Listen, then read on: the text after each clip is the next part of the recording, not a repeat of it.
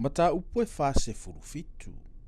O le faalinga o le vai na alua e aile malu malu. O tua oi o le fanua. O na toe faafoi le o ia ia te au le faitotoa o le fale. Faauta foi. Walua e le vai lalo le faitotoa o le fale i sasae. Awana faasanga o na luma fale i sasae. Na alui fafoi le vai na ilalo. Mai le tu tau matau o le fale i le tu itonga o le fata faitaulanga. O na ia ave ina atu lea o au le ala o le faitotoa i le tu i matu. Na ia taitai faata amilo ia te au i le ala i tua i le faitotoa au pito i tua. I le ala e faasanga i sasae. Faauta foi. Ua tafe atua i le vai i le tu tau matau. Ua aluane i le tu i sasae le tangata sa ilona lima le manoa. O na ia fuatia lea o kupita e afe. O na ia taitaina lea o au i le tasi tu o le vai. Ua ngata le vai tapu vai. Ua ia toe fuatia se afe o kupita. O na ia taitaina lea o au i le tasi tu o le vai. Ua ngata le vai tu li vai. Ua ia toe fuatia se afe o kupita. Ua ia taitaina fo o au i le tasi tu. Ua ngata le vai le sulungatiti. Ua ia toe fuatia se afe o kupita. Ua avea ma vai tafe o te leto e mawhai o nasa. Awa ua loloto le vai. O le vai e au ai. O le vai tafe e le mawhai o nasa. Ua ia fai mai fo i a te au. Le atali ia o le tangata. Ua e iloa ea. O na ia taitaina le o au. Ma whaafoi mai i a te au le au vai o le vai tafe. Ua auto e foi. Faauta. O la au e tele lava i le au vai o le vai tafe. O i le tasi tu, ma le isi tu. O na fai mai le o ia i a te au. E tafe antu ia vai i le tu i sasae.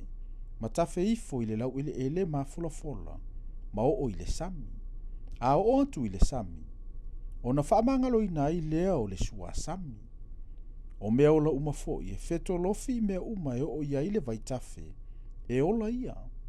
E matu antele fo ia. A wae o ia ia vai. Ma whaamangalo i nai. E ola i fo i mea uma e o antu ia i le vai tafe. E tutua i fo i e fai faiva.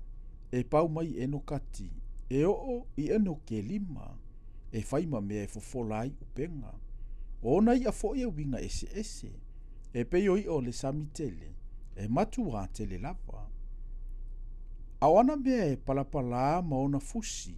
E leto e whaamangalo ina. A e tu ina atu i le masima. O le au vai o le vai tafe i le eitu uma le eitu. E tutupu aila au uma e aina. E le mamae o lantou lau. E le uma lava o lantou fua. Ta itasi le masina malona fuata. A wae tafe antu o lantou vai ai le malu malu. E fai foi o lantou fua ma me ai. Ma o lantou lau. E fai ma vai la au.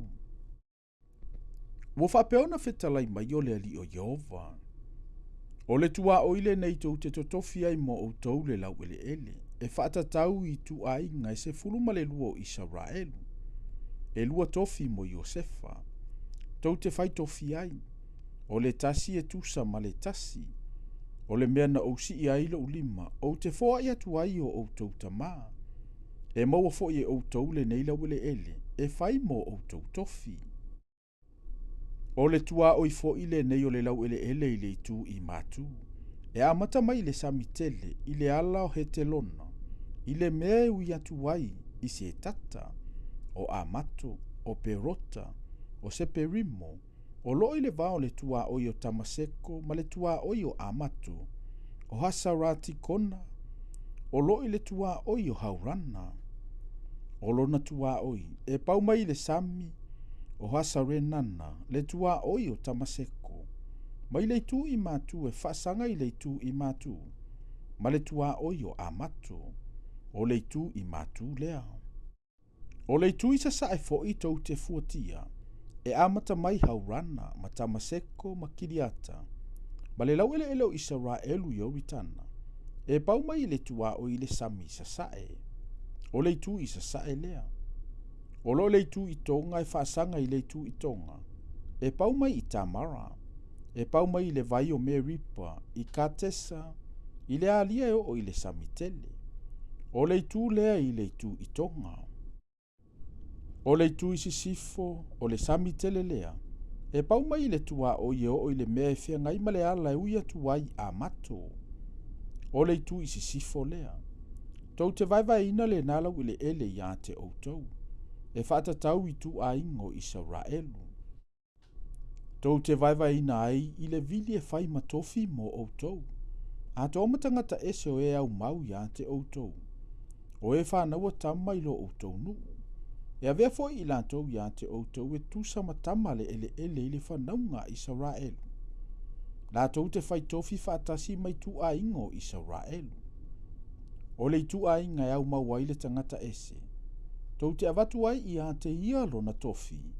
O lo fetalai mai ai le ali o Yehova.